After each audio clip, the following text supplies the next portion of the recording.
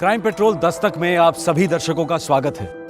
आज का ये केस मेरे साथ पेश करेंगी मशहूर फिल्म अभिनेत्री जूही चावला। हाय जूही। हाय अनूप, नमस्ते।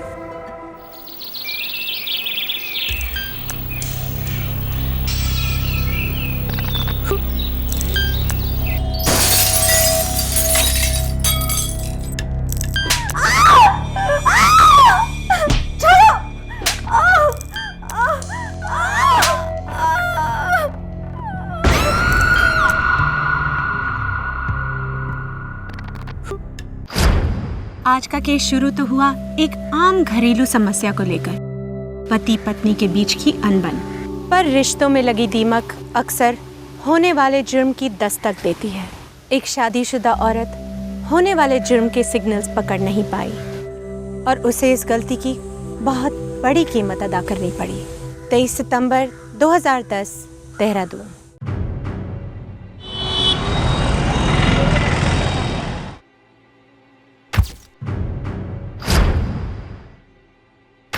अरुंधति, जो तकलीफ़ें तुम्हारे पति ने तुम्हें दी हैं तुमने गिनवाई हैं।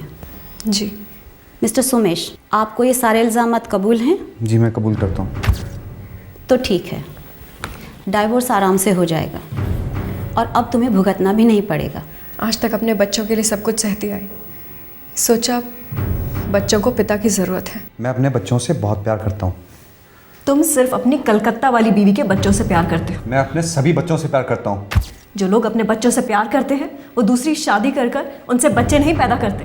जिसकी बीवी बीवी ना रहे ना, उसे दूसरी शादी करनी पड़ती है। मिस्टर सोमेश, अपनी ये घटिया बातें कहीं और जाके करिए, ये हमारा ऑफिस है।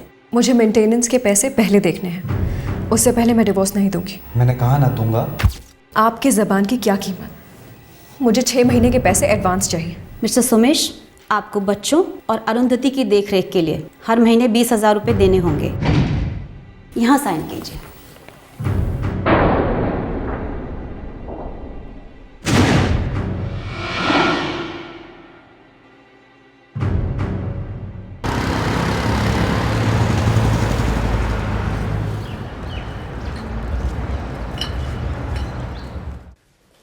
अरुंधति के माता पिता और भैया जानते थे कि अरुंधति की शादी दम तोड़ रही है।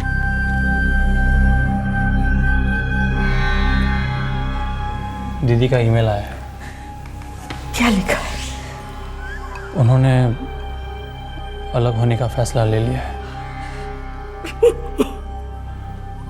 सोमेश मेंटेनेंस देगा।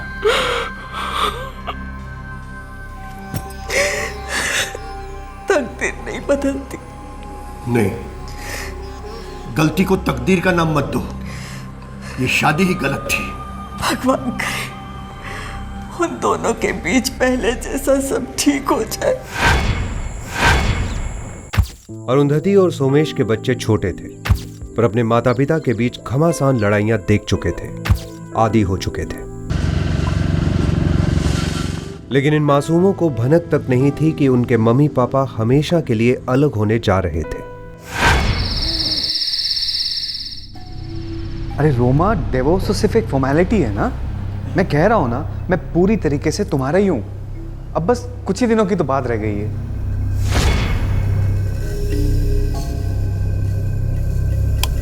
अरे ऐसी बातें मत करो प्लीज। मैं कह रहा हूँ ना, ये शादी एकदम खत्म हो चुकी है। It's finished. अब हम लोग नए सिरे से एक नई जिंदगी शुरू करेंगे, ठीक है? मैं, तुम और हमारे बच्चे, बस। I love you Roma. I really love you. Okay, bye. पता नहीं वो कौन सा मनहूस दिन था जब तुम मेरी जिंदगी में।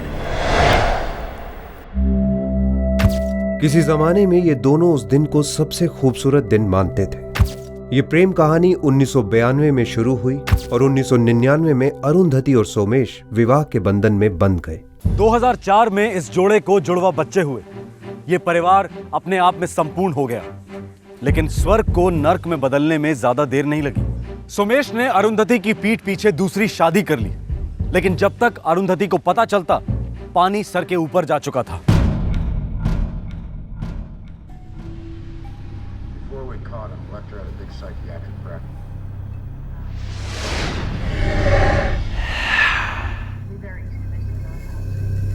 5,000 रुपये चाहिए। एग्रीमेंट के हिसाब से इस महीने के 20,000 रुपये दे चुका हूँ मैं। पूरे नहीं पड़ते हैं सोमेश। तो चाहो खुद कमाओ। तुम पैसे दे रहे हो या मैं तुम्हारे नाम की कंप्लेंट दर्ज कराऊं? हे, मैं डरने वाला नहीं हूँ, समझी? मैं भी कोई घुट घुट के मरने वाली नहीं हूँ सोमेश।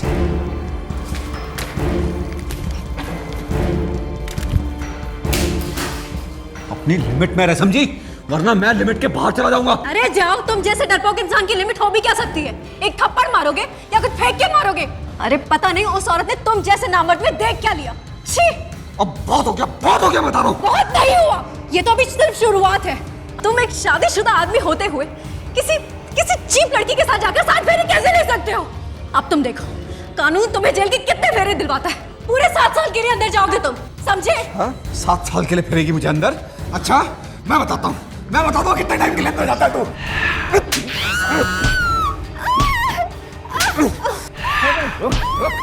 You die!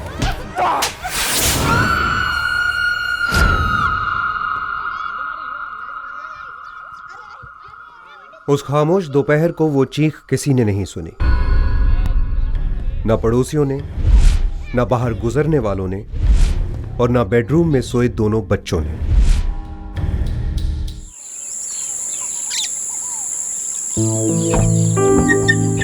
चल। पापा, मम्मी ऐसे कैसे दिल्ली चली गई? हमको क्यों नहीं लेके गई? बेटा तुम लोग सो रहे थे ना, उनको जल्दी थी इसलिए चले गए। मैं मम्मी से कभी बात नहीं करूंगी। ऐसा नहीं कहते शोना, मम्मी को अपनी मम्मी से मिलने जाना था ना। तुम लोग भी बड़े हो रहे हो, तुम लोग को काफी सीखना सिखाना बाकी है अभी।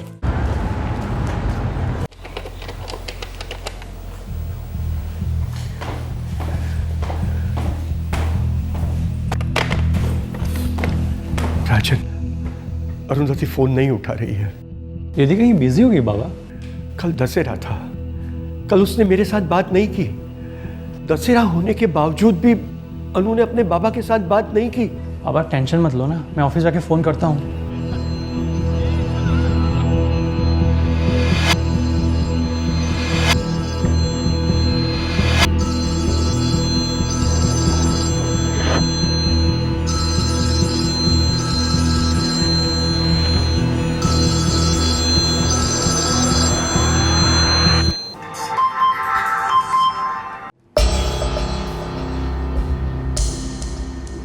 मैं ठीक हूँ, बस कुछ चीज़ें सुलझानी थी।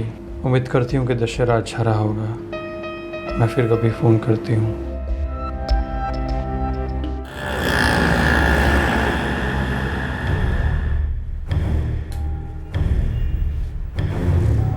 एक्सक्यूज मी सर, मैं आई हेल्प यू?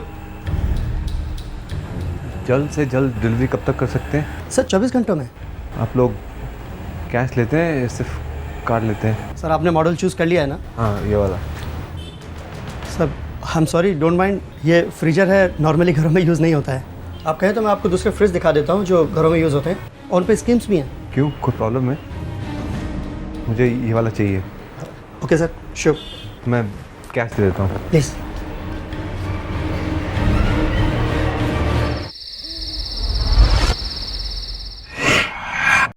पापा, मुझे रात को ब्रश करना अच्छा नहीं लगता। बेटा ज़िंदगी में बहुत सारी चीज़ें ऐसी होती हैं जो ना चाहते हुए भी करनी पड़ती हैं। आज के बाद रोज़ रात को ब्रश करना है, ठीक है? अब रोज रात को ब्रश करना पड़ेगा? बड़े होकर भी? हाँ, और जब तुम बड़े हो जाओगे ना, तब तुम्हें समझ में आएगा कि पापा ने जो भी कुछ कहा बिल्कुल सही कहा, और पापा ने जो भी कुछ किया ना वो भी बिल्कुल सही किया। अभी चलो ब्रश करो।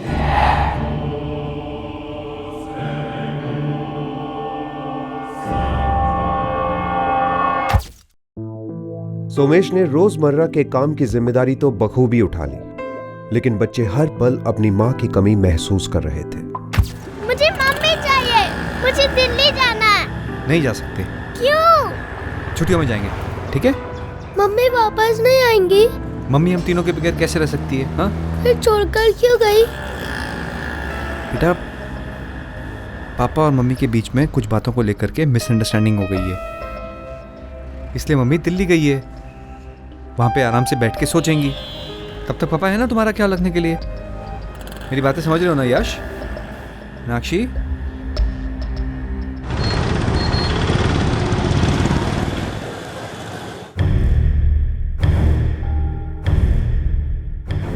ये देखिए साहब, इससे पत्थर भी चूरा हो जाएगा साहब। मैं आपको दिखाता हूँ सर इसको।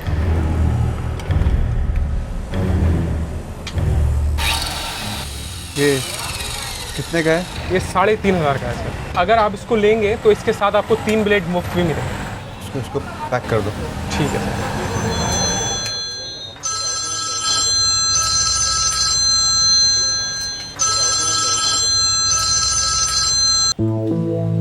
बोल राजन। हाँ बस ऐसे ही, वो दीदी फ़ोन नहीं उठा रही थी और 2 दिन से बात भी नहीं हो पा रही है। अरे वो तो मुझसे भी बात नहीं कर रही है, बैठी रहती है पुतले की तरह चुपचाप।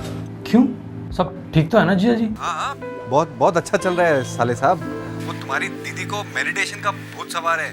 मौन व्रत रखा है उसने, बच्चों से भी बात नहीं कर रही है। अजीब बात है। कब तक चलेगा ये? पता नहीं, कह रही थी कि 3-4 दिन का कोर्स है। अब जब बोलेगी तभी पता चलेगा ना कि कब खत्म होगा। आप दोनों के बीच में जो कुछ भी हो रहा है ना, मम्मी पापा बड़े परेशान हैं यहाँ पर। अरे उनसे कहो मैं कोई राक्षस नहीं हूँ।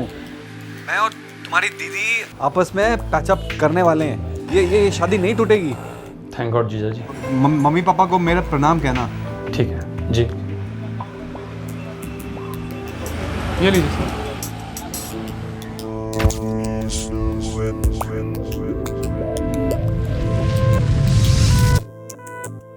चलो नाश्ता रेडी है, आ जाओ। यू फ्रिज इतनी बड़ी वाली, ऐसा फ्रिज तो आइसक्रीम की दुकान में होता है ना? हाँ, हम लोग भी आइसक्रीम की दुकान खोलेंगे। तुम लोग उसमें काम करोगे ना, तुम लोग को तनख्वाह आइसक्रीम में मिलेगी। आप मजाक कर रहे हैं ना पापा? नहीं। हम इतनी सारी आइसक्रीम खाएंगे तो मम्मी हमें बहुत डांटेगी। तुम्हें जो आइसक्रीम खानी है, जितनी आइसक्रीम खानी है तुम खाना, मम्मी चूं तक नहीं करेगी। पक्का? पक्का। सच? सच। ये लीजिए आपके लिए। ये ले बेटा। मैंने जगन्नाथ जी से कहा था कि मेरी अरुंधति की जिंदगी संवार दे। शुक्र है उन्होंने मेरी सुन ली। ये नसीब वसीब के चक्कर में मत पड़ो, सब ठीक ही होगा। मैं सोच रहा था कि दिवाली के लिए दीदी और बच्चों को थोड़े दिन के लिए यहाँ लेके आते, खूब मस्ती करेंगे। हाँ क्यों नहीं। बहुत अच्छा इरादा है, जल्दी से जाके उसे ले आ। बहुत दिन हुए उसे देखे हुए।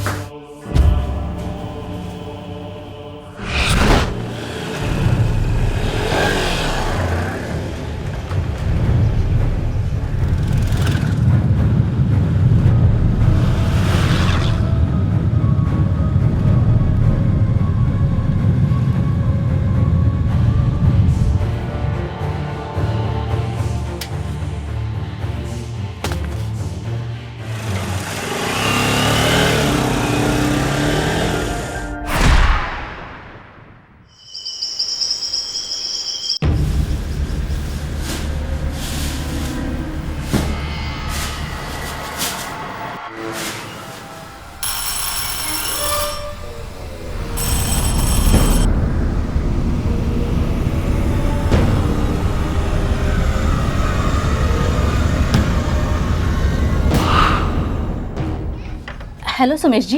पिताजी बोलिए। बस ऐसे ही, वो क्या है ना, कई दिनों से अरुंधति से बात नहीं हुई, इसलिए सोचा जरा मिल लेती हूँ। कुछ काम था? काम तो कुछ नहीं था। वो क्या है, अरुंधति ने कहा था कि इस साल हम दिवाली की शॉपिंग साथ करेंगे ना। इस साल अरुंधति आपके साथ शॉपिंग नहीं कर सकती। आप ऐसे क्यों बोल रहे हैं सुमेश जी? वो मेरे फादर इन लॉ की तबीयत थोड़ी खराब है। अरुंधति दिल्ली गई है। I am so sorry. Arundhati से कहिएगा कि मैंने उसे याद किया था। जरूर। बाय रीता जी। बाय।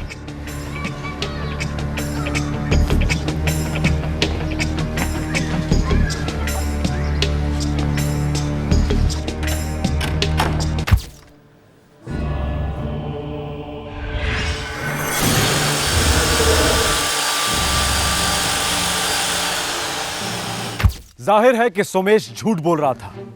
अरुंधति के माता पिता से झूठ, अपने बच्चों से झूठ और पड़ोसियों से झूठ। सभी लोग जानते थे कि सोमेश और अरुंधति के बीच सब ठीक नहीं है। सोमेश किसी से ठीक से नहीं मिल रहा था और अरुंधति, वो तो मानो गायब ही हो गई थी। अरुंधति कहां थी? क्या हुआ था अरुंधति के साथ? ये सारे सवाल बहुत जल्दी उठने लगे। जीजा जी जरा दीदी का फोन दीजिए। अरे राजन, मैं पहले बोल चुका हूं ना तुझसे। हाँ, वो मेडिटेशन, लेकिन उसको तो कितने दिन हो गए। अरे तो अरुंधति को तेरे से बात नहीं करनी है तो मैं क्या कर सकता हूँ इसमें? अरे वो SMS कर सकती है, ईमेल कर सकती है, तो फोन पे क्यों नहीं आ सकती वो? किसी से बात नहीं कर रही है ना, मुझसे नहीं बात कर रही है, तुझसे नहीं बात कर रही है, तेरे मम्मी पापा से नहीं बात कर रही है। तू जानता है ना तेरी बहन कितनी जिद्दी है। जीजा जी, मैं उससे कई ज्यादा जिद्दी हूँ। उसे फोन दीजिए, अभी दीजिए। मैं घर पहुंच के देता हूँ। कितनी देर में घर पहुंच रहा है? बस थोड़ी देर में। कितनी देर में जीजा जी? 1 घंटे में बस। खुश? या तेरी दीदी खामोश हो गई तो तू मुझे क्यों विलन बना रहा है?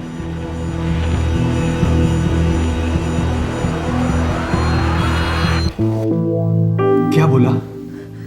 अरुंधति ठीक तो है ना? दीदी बात नहीं कर रही है। क्यों?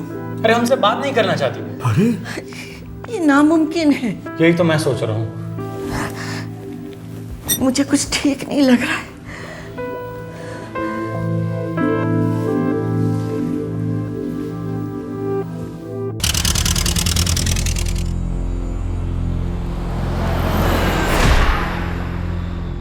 अगले ही दिन अरुंधति का भाई राजन देहरादून पहुंचा।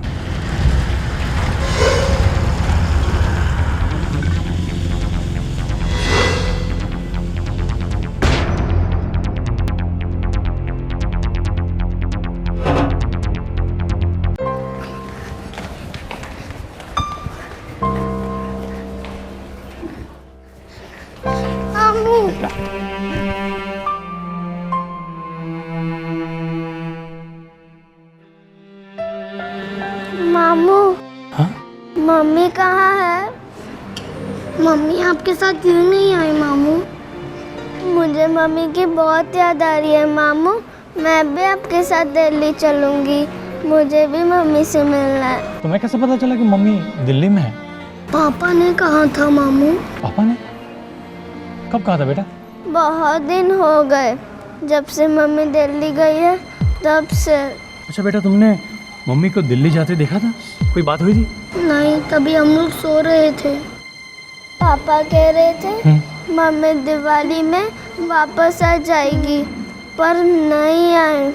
मामू, क्या मम्मी हमसे नाराज है क्या? नहीं बेटा, नाराज नहीं है। देखो बेटा, मम्मी बहुत जल्द तुमसे मिलने आएगी, ठीक है? एक काम करो, अभी क्लास में जाओ, पढ़ाई करो, मैं शाम को लेने आता हूँ, ठीक है? जाओ।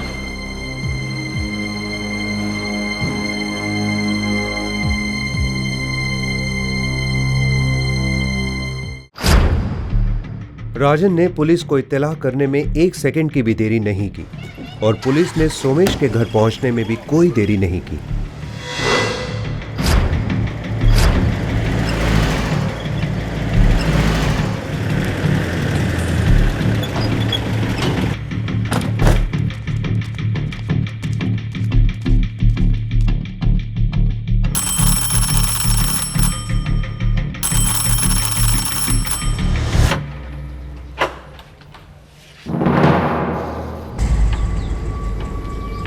मेरी दीदी कहाँ है?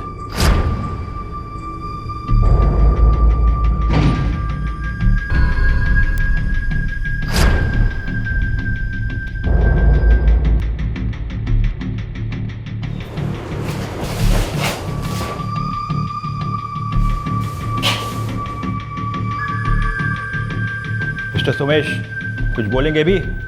मिसेस अरुंधति कहाँ है?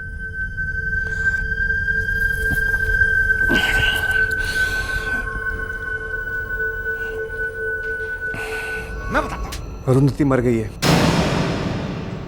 मैंने उसे मार डाला।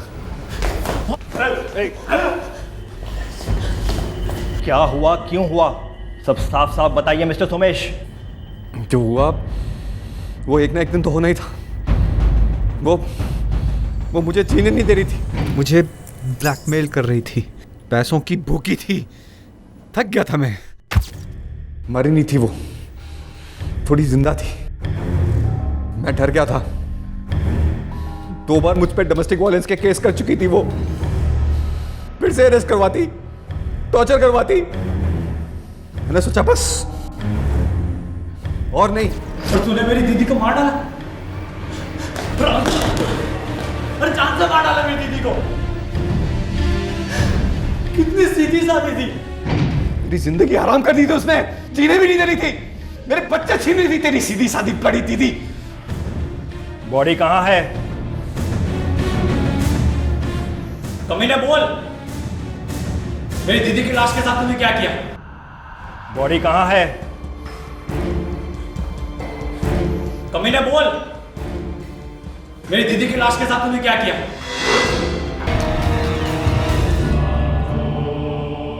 दो दिनों तक सोमेश ने अरुंधति की लाश को घर पर ही रखा। उसने मासूम बच्चों से झूठ बोला कि उनकी मां दिल्ली गई है। अभी चलो ब्रश करो। जबकि वो उन्हीं के घर के बाथरूम में पड़ी थी। सोमेश ने अपनी पत्नी की लाश के कई टुकड़े किए।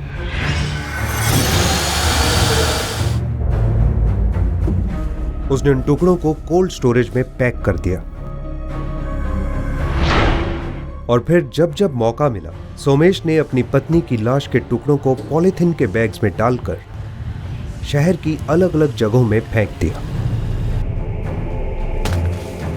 रोज थोड़े थोड़े टुकड़े घर से बाहर जाते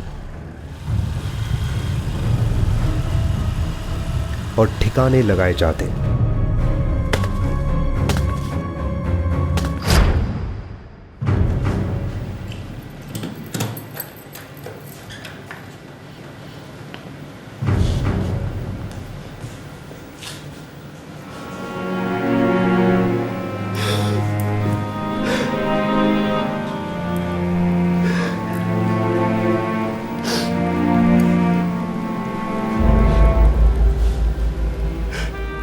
पूरा देहरादून शहर, पूरा देश इस विकृत घिनौने जुर्म की खबर सुनकर सकते में आ गया। एक आदमी अपनी जीवन संगिनी, अपने बच्चों की मां के साथ या किसी दूसरे इंसान के साथ ऐसा कैसे कर सकता है? अरुंधति के बच्चों को गहरा सदमा पहुंचा है। उनके दिलो दिमाग में क्या चल रहा है ये कोई नहीं जानता, पर इतना हम सब जानते हैं कि इन बच्चों की मां के साथ साथ इनके बचपन के भी टुकड़े हो चुके हैं। ये फ्रिज इतनी बड़ी वाली, ऐसा फ्रिज तो आइसक्रीम की दुकान में होता है ना। हम इतनी सारी आइसक्रीम खाएंगे तो मम्मी हमें बहुत डांटेगी।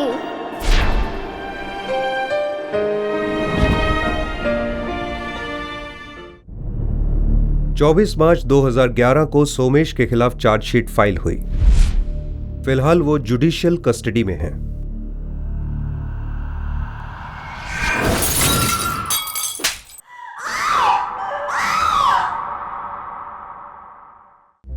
सुमेश की दूसरी शादी करना होने वाले जुर्म की दमदार दस्तक थी, लाउड एंड क्लियर। पर अरुंधति के घर वाले जानकर भी अनजान बने रहे, लिविंग इन डिनायल। देखो, तुम मेरी मजबूरी समझने की कोशिश नहीं कर रही हो। समझने समझाने का वक्त खत्म हो गया। आज के बाद तुमने उस लड़की के साथ कोई भी रिश्ता रखा तो समझो तुम्हारा भी वक्त खत्म हो गया। थोड़ा वक्त तो लगेगा ना। तुम्हें बर्बाद करने में कोई भी वक्त नहीं लगेगा, चुटकियों में हो जाओगे, जानते हो ना तुम। इस दुनिया में हर इंसान का अपना वजूद होता है, अपनी एक खास जगह होती है और वो जगह दूसरा कोई नहीं ले सकता। बात जब रिश्तों की आती है और खासकर मर्द और औरत के बीच के रिश्ते की, तो किसी की जगह लेने की कोशिश खतरे से खाली नहीं। जाहिर है किसी को चोट पहुंचने वाली है और किसी को दर्द होने वाला है। 14 मार्च 2011 मुंबई।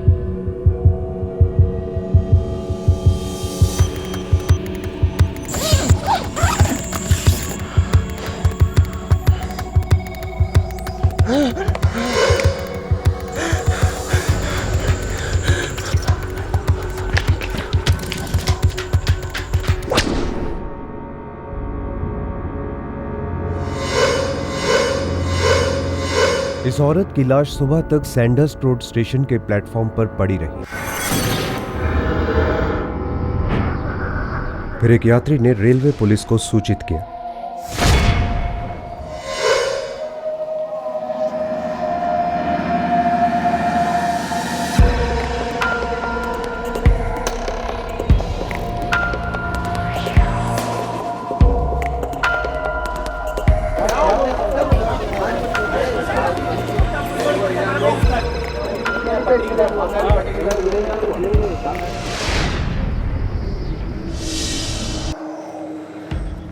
सर, मोती बौखला गया है, किसी एक दिशा में नहीं जा रहा है। रेलवे प्लेटफॉर्म है, पब्लिक प्लेस, काफी मूवमेंट हुई होगी यहाँ पर। सर बॉडी के ऊपर कोई भी आइडेंटिफिकेशन मार्क्स नहीं है, कोई भी पर्सनल आइटम्स नहीं है। मौत कैसे हुई होगी? शायद गला दबाकर।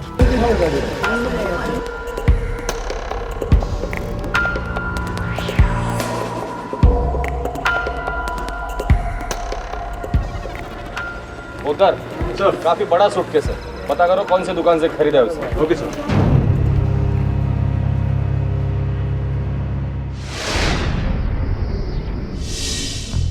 एक सनसनीखेज मर्डर। इस केस का नाम सूटकेस मर्डर पड़ गया था। लाश पर कोई भी ऐसी निशानी नहीं थी जो उसकी पहचान करा पाती।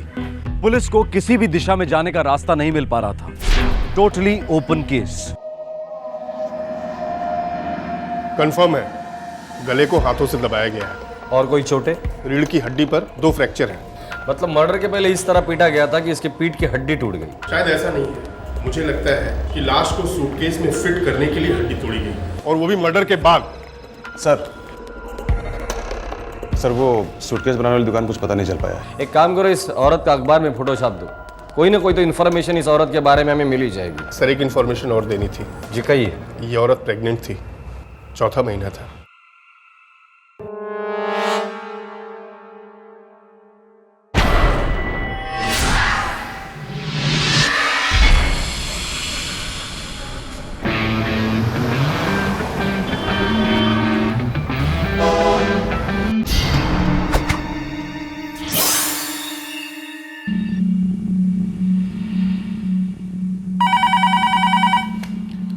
Railway police Mumbai. सर मैं विजय साहनी बोल रहा हूँ दिल्ली से। हाँ बोलिए। सर आपने जो अखबार में फोटो दी है वो मेरी बहन है सर।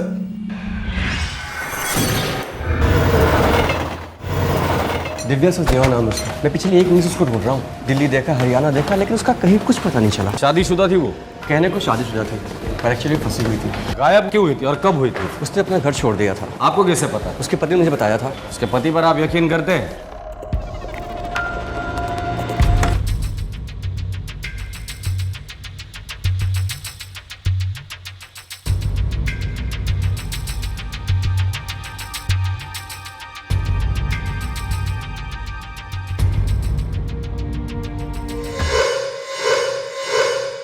ऐसा लग रहा था कि आखिरकार लावारिस लाश की पहचान हो गई थी, पर जो दिखता है अक्सर ऐसा होता नहीं। पता चला कि यह एक मिस्टेकन आइडेंटिटी का केस था और यह लाश अब भी लावारिस ही थी। सर ये मेरी बहन नहीं है। क्या? पर तुम्ही ने तो कहा था कि सर इसकी शक्ल हूबहू मेरी बहन से मिलती है, लेकिन ये मेरी बहन नहीं है। घूम फिरकर केस फिर उसकी लावारिस चौखट पर आ पहुंचा। वही सवाल फिर गूंज उठा, कौन थी ये औरत? इसका कत्ल क्यों हुआ था? रेलवे पुलिस अब यह पता लगाने में जुट गई कि यह लावारिस लाश मुंबई के सैंडर्स रोड स्टेशन पर पहुंची कैसे। पुलिस के खबरी सुरागों को सूंघने के लिए तैनात किए गए। इस जुर्म की बदबू को पहचानना आसान नहीं था।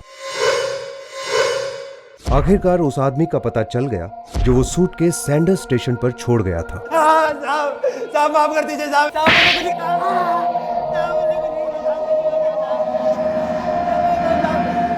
चिलम की कसम साहब, अपन ने सिर्फ बैग चुराया था साहब। काफी भारी था, इससे लगा कि काफी माल होगा साहब। साहब ने जब बैग खोला तो अंदर लपड़ा था साहब, इसलिए अपन वहीं से कट गया साहब। साहब अपन ट्रेन में अकेले भटक रहे था साहब। डोंबे वाली में साहब अपन ने उस बैग को देखा साहब काफी बड़ा बैग था।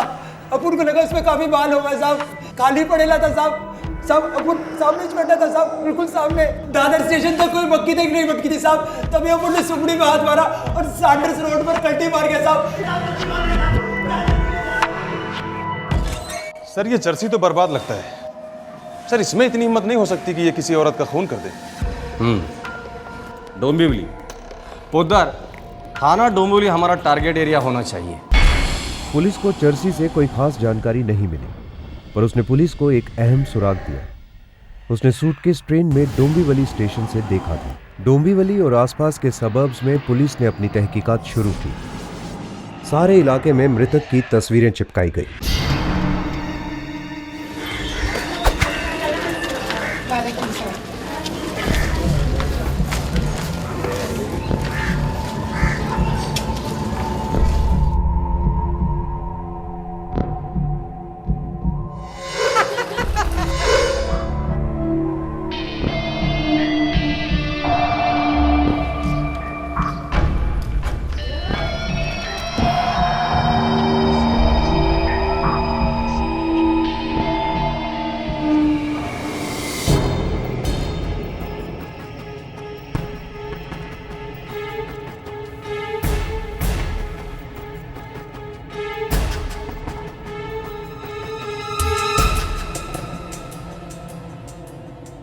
Hello, police station? जी, मैं जीनत हुसैन बोल रही हूँ मुंब्रा से।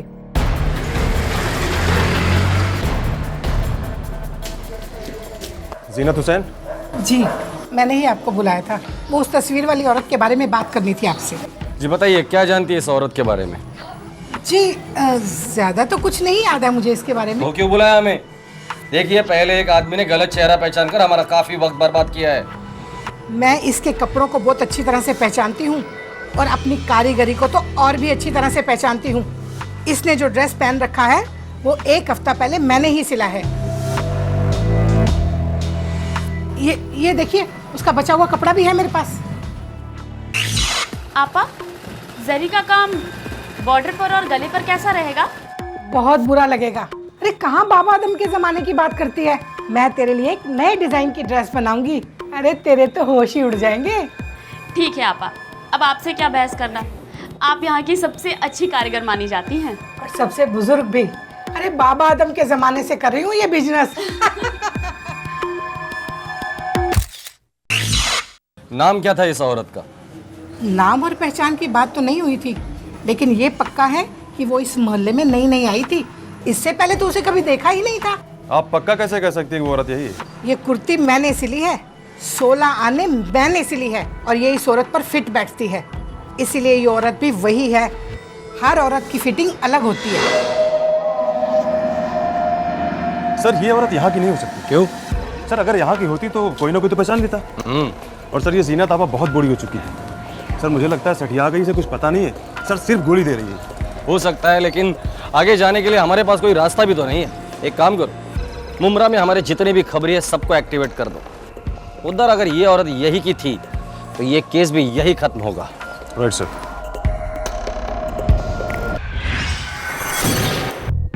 उम्मीद की एक और किरण उभर आई थी। वो औरत शायद पहचानी जाने वाली थी, पर नहीं। पुलिस की सारी कोशिशें ढेर हो रही थी, पर बाबा आदम के जमाने की जीनत आपा की बात 16 आने सही थी। साहब, इस लेडीज का नाम रुखसार उल हक है। आखिरकार पुलिस को मृतक का नाम पता चल गया, रुखसार उल हक। तुझे कैसे मालूम? अब साहब आपने बताया ना कि 24-25 साल की थी, पेट से थी वो। कोई आता पता है ना साहब? 138/12 सैफुद्दीन नगर में, इधर साहब मुंब्रा में रहती है। कोई घर वाले, पति? 2 महीने से वो अपनी पति के साथ रह रही थी। तो उसका पति कहाँ है? अब साहब घर पे ताला बंद है। अभी वो लोग इस इलाके में नए आए थे। अच्छा, तो तुझे कैसे पता चला रे? हाँ साहब, पड़ोसियों ने बताया कि उसका पति केम हॉस्पिटल में कुछ डॉक्टर है। नाम है सादिक उल हक। सादिक उल हक। आप बेशक हमारा रजिस्टर चेक कर सकते हैं। सादिक उल हक नाम का कोई भी डॉक्टर हमारे एम्प्लॉयमेंट में नहीं है और ना कभी था, और डेफिनेटली मुंब्रा इलाके से तो बिल्कुल भी नहीं।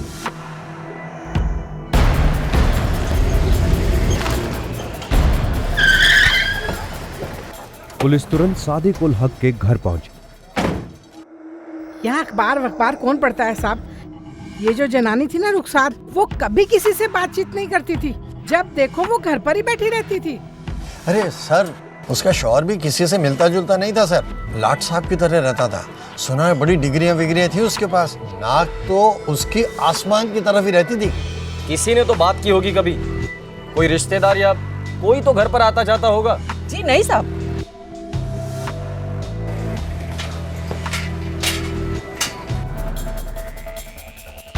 तोड़ दो।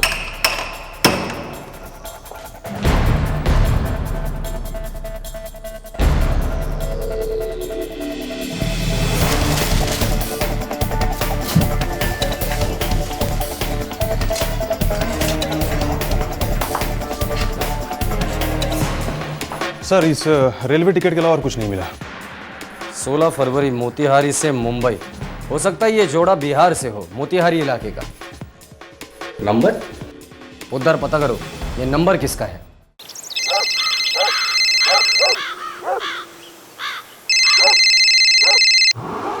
हेलो, फरमाइए। कौन बोल रहा है? हम मुनाफ हुसैन दवा वाला बोल रहे हैं साहब। अच्छा, मैं मुंबई से बोल रहा हूँ। सादिक है क्या वहाँ पर? अरे भाई कौन सादिक? सादिकुल हक, जो मुंबई में रहता है, मुमरा इलाके में, रुखसार के शौहर। अच्छा अच्छा, अपने डॉक्टर साहब। हाँ हाँ वही है। क्या उधर? अरे भाई वो यहाँ क्यों होने लगे? तो कहाँ मिलेगा? उनके बारे में तो तौसीफ या सभी भी कुछ बता सकते हैं। और ये दोनों कहाँ मिलेंगे? अरे साहब ये हकीम खाना है, कोई डाक खाना नहीं। जितना मालूम था उतना बता दिया। अब कुछ दवा दारू चाहिए तो बताइए, वरना फिर अल्लाह हाफिज। कुछ पता चला? सर 2 नाम बताए हैं, तौसीफ और शबीब। दोनों को अंदर ले लो। हाँ बोलो अशरफ। साहब, शबीब और तौसीफ ये दोनों डॉक्टर सादिक के चचेरे भाई हैं साहब। फिलहाल ये दोनों हैं कहाँ? जीवनानी मेडिकल कॉलेज के हॉस्टल में साहब।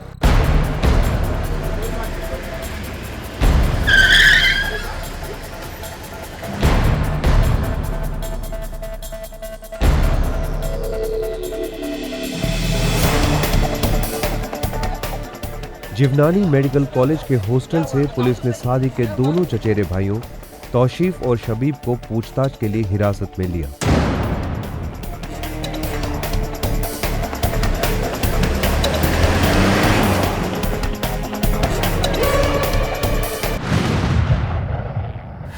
सुराग मिलते जा रहे थे, पर मंजिल अभी बहुत दूर थी। इस बात का कोई अंदेशा नहीं था कि रुखसार का कत्ल क्यों हुआ था और उसकी लाश को एक सूटकेस में डालकर कहां ले जाया जा रहा था। इस केस ने मुंबई रेलवे पुलिस की नींद उड़ा दी थी।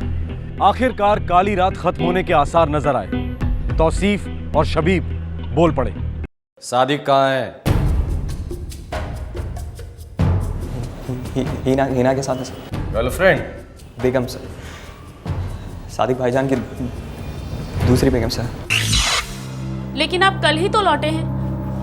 काम ही कुछ ऐसा है, मुझे सुबह तक इंदौर पहुंचना है। फिर हम मुंबई आए ही क्यों? आधे से ज्यादा वक्त तो आप इंदौर और न जाने कहां कहां रहते हैं। आप करते क्या है दरअसल वहां?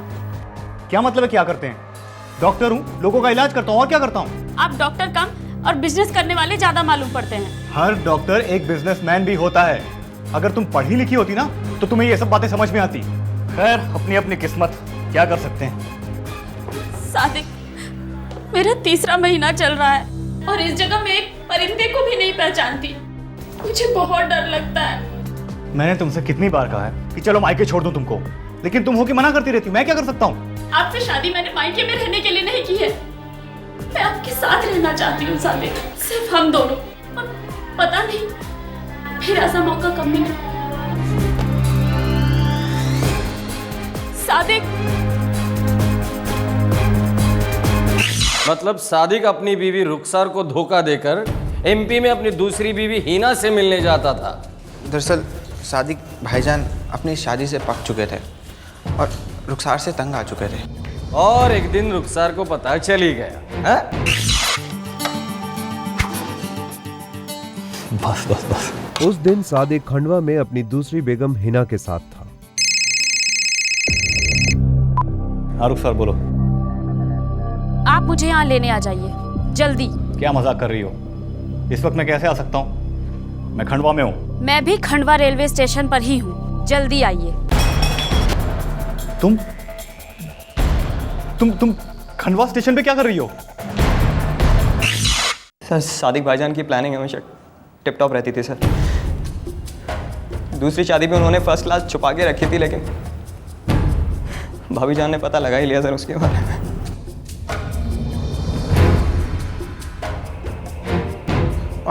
और फिर वो धमकियाँ देने लगी और बात में पुलिस के पास जाने की बातें करने लगी। अगर आपने अभी के अभी उस के साथ अपना रिश्ता नहीं तोड़ा तो मैं आपका जीना हराम कर दूंगी। हिना को छोड़ना मेरे लिए नामुमकिन है, वो भी मेरी बीवी है। अच्छा, तो मैं कौन हूँ? और ये जो मेरे पेट में पल रहा है ये कौन है?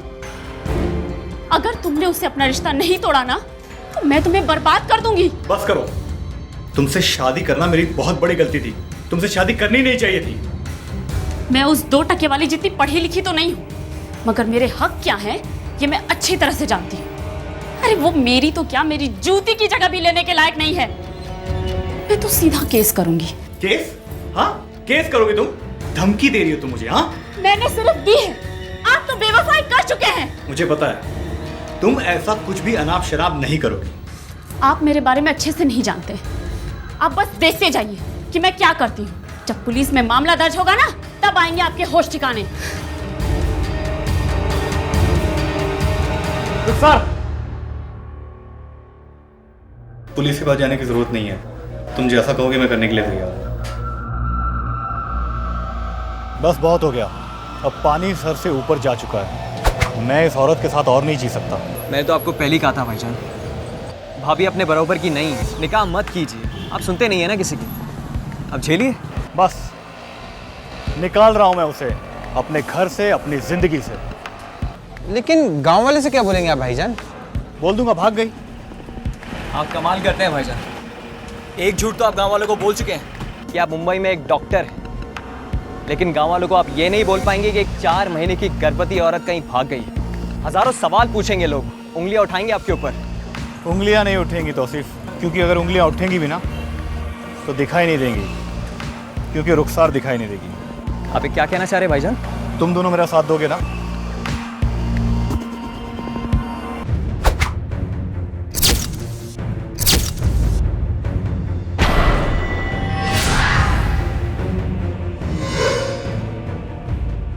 मार्च 2011 को सादिक ने यह निश्चित किया कि रुखसार अपने घर से बाहर ना जाने पाए ताकि पड़ोसियों को उसकी मौजूदगी के बारे में पता ना चले। ओ अच्छा, तो ये पहले से प्लानिंग थी? सर हम जानते थे कि सादिक भाईजान एक अलग जिंदगी जीना चाहते हैं और ये औरत रुखसार ने जीना आराम कर दिया था सर उनका।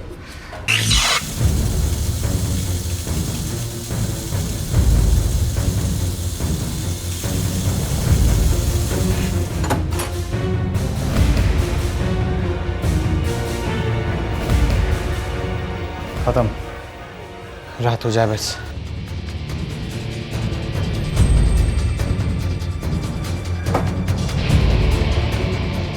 भाईजान लास्ट में फिट नहीं होगी। फिट होगी।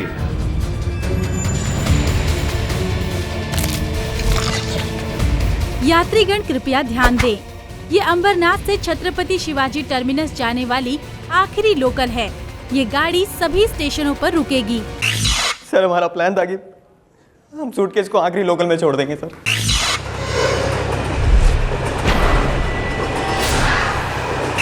सर रुखसार भाभी और भाईजान को मुंबई आए मुश्किल से 2 महीने हुए थे। भाभी जान और भाईजान को कोई नहीं जानता था सर। हमको लगा उनको कोई नहीं पहचान पाएगा सर, उन लोगों को कोई पहचानता ही नहीं था सर।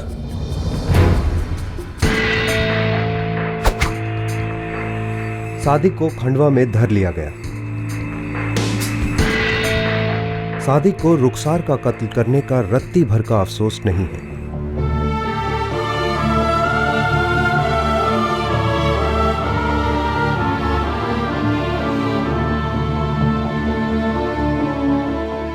आखिरकार रुखसार की लाश को दफना दिया गया है। रुखसार एक खुशहाल शादीशुदा जिंदगी गुजारने की कोशिश कर रही थी और अपनी इसी कोशिश के चलते वो अपनी जान गंवा बैठी। किसी के साथ जबरदस्ती जिंदगी बिताना कोई जिंदगी नहीं होती। रुखसार जान चुकी थी कि सादिक उसका नहीं है और शायद उसका कभी था ही नहीं। जरूरी था कि वो अपने साथ हुए धोखे को समाज के सामने रखे और अपने हक के लिए लड़े, प्यार के लिए नहीं। दर्द जरूर होता, लेकिन जख्म भर जाते, पर जिंदगी तो नहीं गंवानी पड़ती। हर जुर्म दस्तक देता है, ध्यान से सुनिएगा, जानें बच सकती हैं। फिर मिलेंगे, जय हिंद। इस तरह के और भी एपिसोड देखने के लिए हमारे चैनल को सब्सक्राइब करें और बेल आइकन दबाना ना भूलें।